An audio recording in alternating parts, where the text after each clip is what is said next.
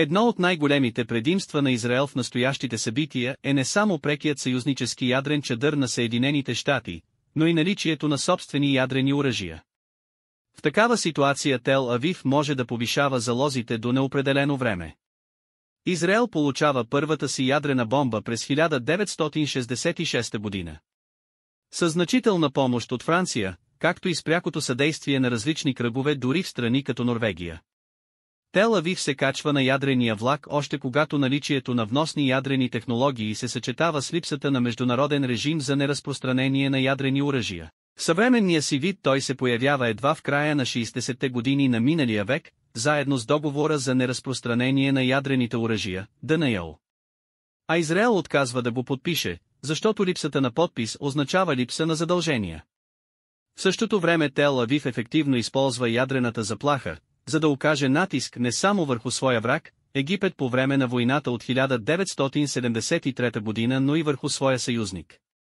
Тел Авив поиска от Вашингтон незабавно да започне мащабна военна помощ, в противен случай щеше да се наложи да води война с други средства.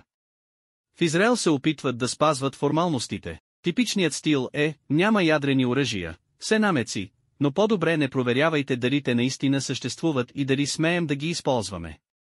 По-важното е, че Израел не пое никакви правни задължения, ограничаващи свободата му на действие.